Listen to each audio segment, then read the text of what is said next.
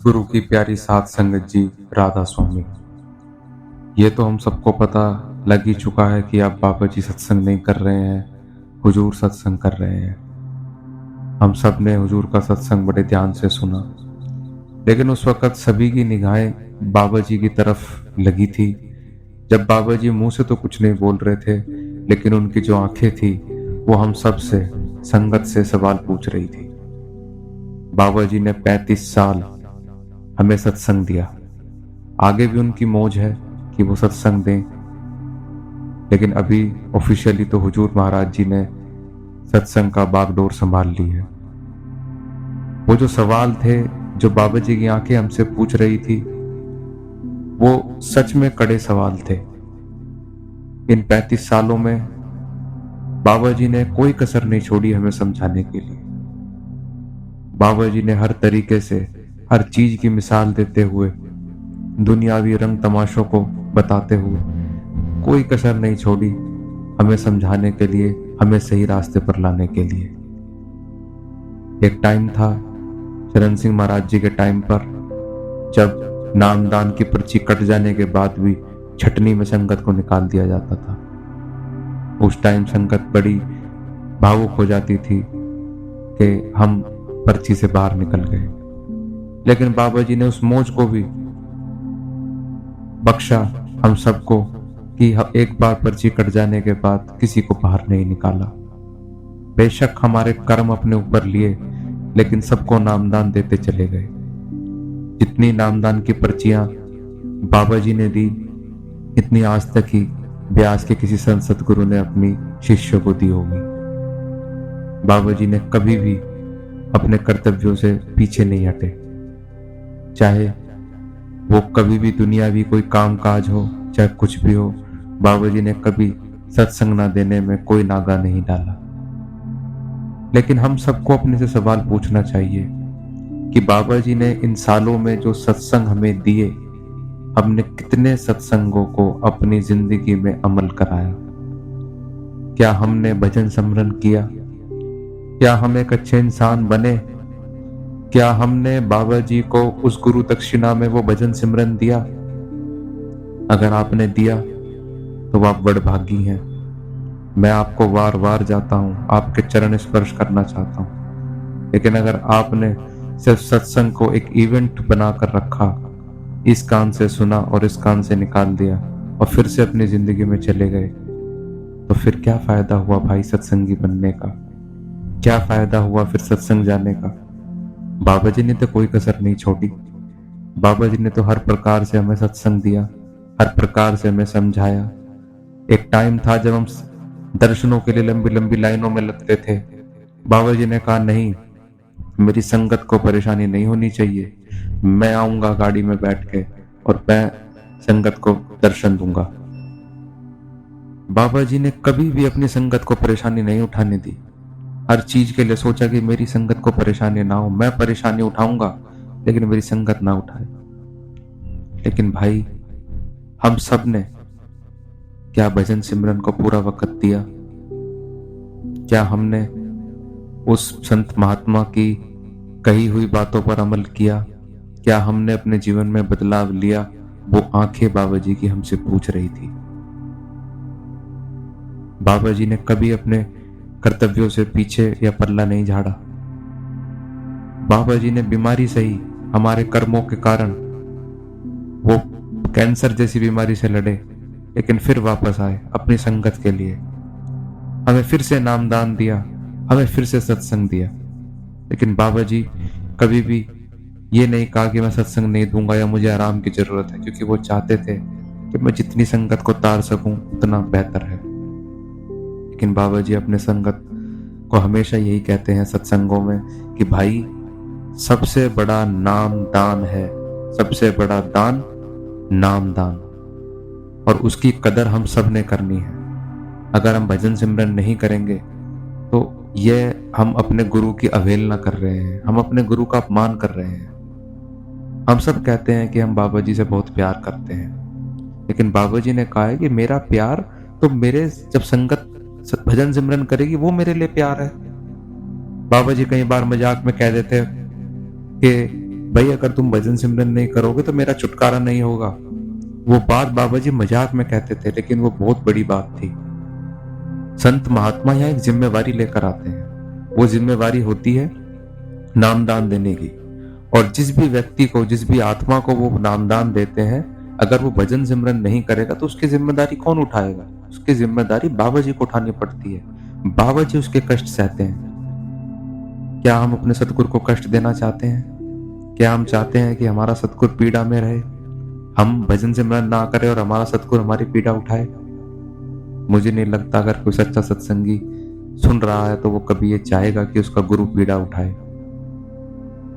अरे भाई, बाबा जी ने तो हमें कभी नहीं कहा कि मेरी आरती उतारो या मेरे पीछे भागो या मेरे लिए व्रत रखो या मेरे लिए मंदिर मस्जिदों में जाओ या पहाड़ चढ़ो। अरे बाबा जी ने तो कहा है कि अपने घर में चौकड़ी लगा के बैठ जाओ, 2-2.5 घंटे भजन करो, अच्छे इंसान बनो, सेवा करो।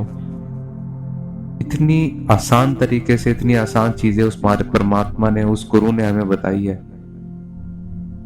हम कब उस चीज को मानेंगे? आज वो वक्त आ गया है कि आंख से आंसू हैं कि गुरु सामने है लेकिन गुरु चुप बैठा है। गुरु ने अपनी जिम्मेवारी हुजूर को सौंप दी है। हमें नहीं पता बाबा जी का क्या अगला डिसीजन होगा, लेकिन जो भी पल हम बाबा जी के साथ आगे हमारे बचे हैं, हम चाहते हैं कि हम भजन सिमरन के साथ आगे बढ़ें, भजन सिमरन करें। उस सदगुरु को भजन सिमरन का तोहफा हम बख्शें। उसको जो गुरु दक्षिणा अगर कोई देनी है तो उस भजन सिमरन की दक्षिणा देनी है। सतगुरु हमारे साथ है। तुम 10 कदम चलोगे, वो तुम्हारे पीछे 1000 कदम चलेगा। लेकिन हम तो चलना ही नहीं चाहते। हम सत्संग को भी इवेंट बना देते हैं कि ठीक है जी, मैं इतने भंडारे होकर आ गया, मैं इतने सत्संग करके आ गया, बस जी ठीक है, मेरा पार उतारा हो गया। अरे भाई, जब तक तुम भजन सिमरन नहीं करोगे, जब तक तुम वो सेवा भाव अपने मन में नहीं लाओगे, पार उतारा कैसे होगा? बाबा जी कई बार कहते हैं, इस भ्रम में मत रहो। जिसको मिला है अंदर से मिला है, जिसको मिलेगा अंदर से मिलेगा। बाहर सिर्फ एक उदाहरण बनाने वास्ते है, बाहर एक एटमॉस्फेयर क्रिएट करने के लिए है। क्या हम अपने अंदर झांकेंगे? क्या अपने अंदर हम उन कमियों को पहचानेंगे? क्या हम उन कमियों को अपने आप से ठीक करेंगे? ये टाइम है भाई, ये वो गोल्डन पीरियड है, ये वो सुनहरा मौका है जब गुरु हमारे सामने बैठा है। पता नहीं मौज में आकर वो कब हमसे बिछड़ जाए। मुंह से शब्द निकालते हुए भी डर लग रहा है कि परमात्मा हमें कभी छोड़ मत जाना, हे गुरु हमें कभी छोड़ मत जाना, तुझ बिन हम कैसे जिएंगे। लेकिन गुरु कहता है कि आज तुम भावुक हो रहे हो, मैंने सत्संग करना छोड़ दिया। तुमने कभी मेरी भावुकता को पहचाना है जब तुम्हें नामदान देता था लेकिन तुम भजन सिमरन नहीं करते थे। मैं तुम्हें समझाता था, तुम नहीं समझते थे। मैं तुम्हें कहता था अमल करो अमल करो, तुम अमल नहीं करते थे। क्या हमने कभी इस गुरु की भावुकता को पहचाना?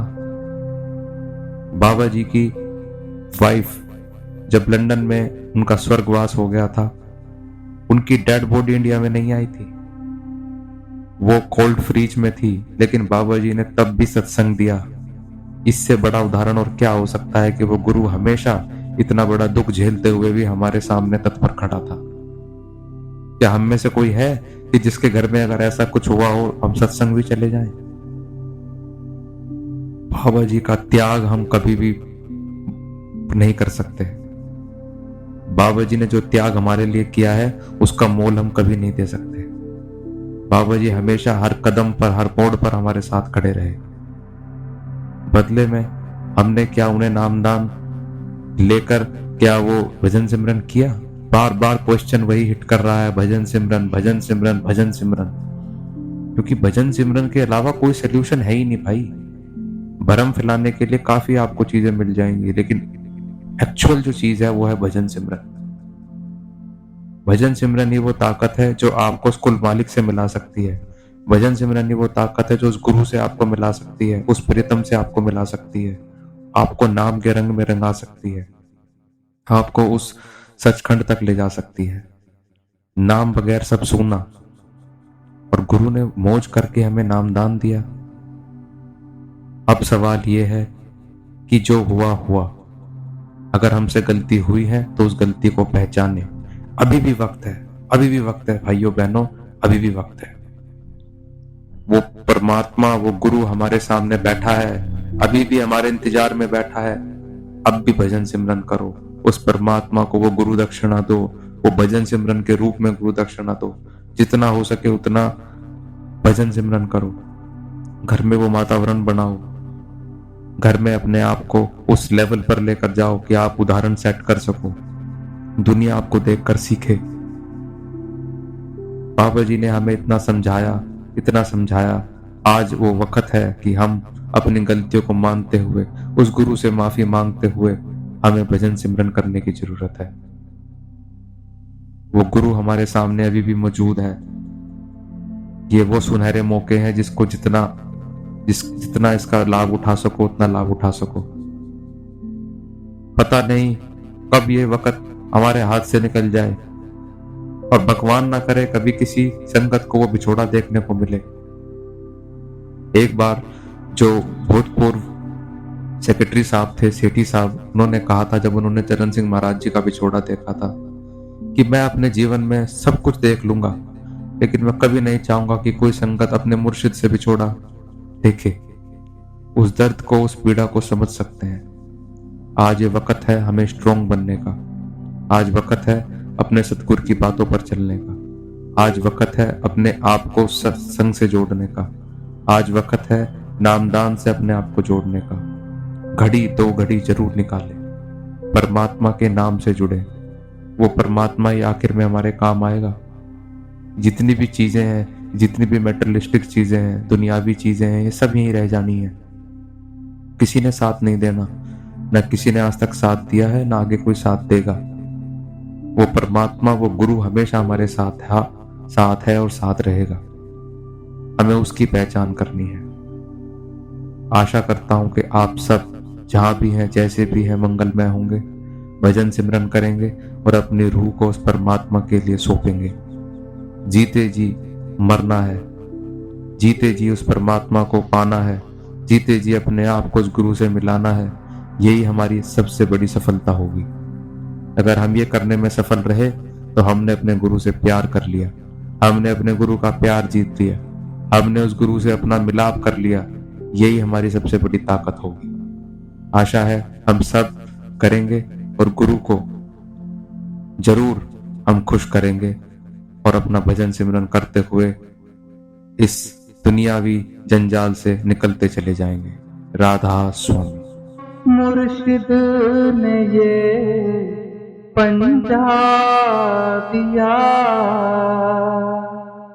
बेहोश हो मत छोड़ियो, गर चाहे तू जलवा पिया, गर चाहे तू जलवा पिया।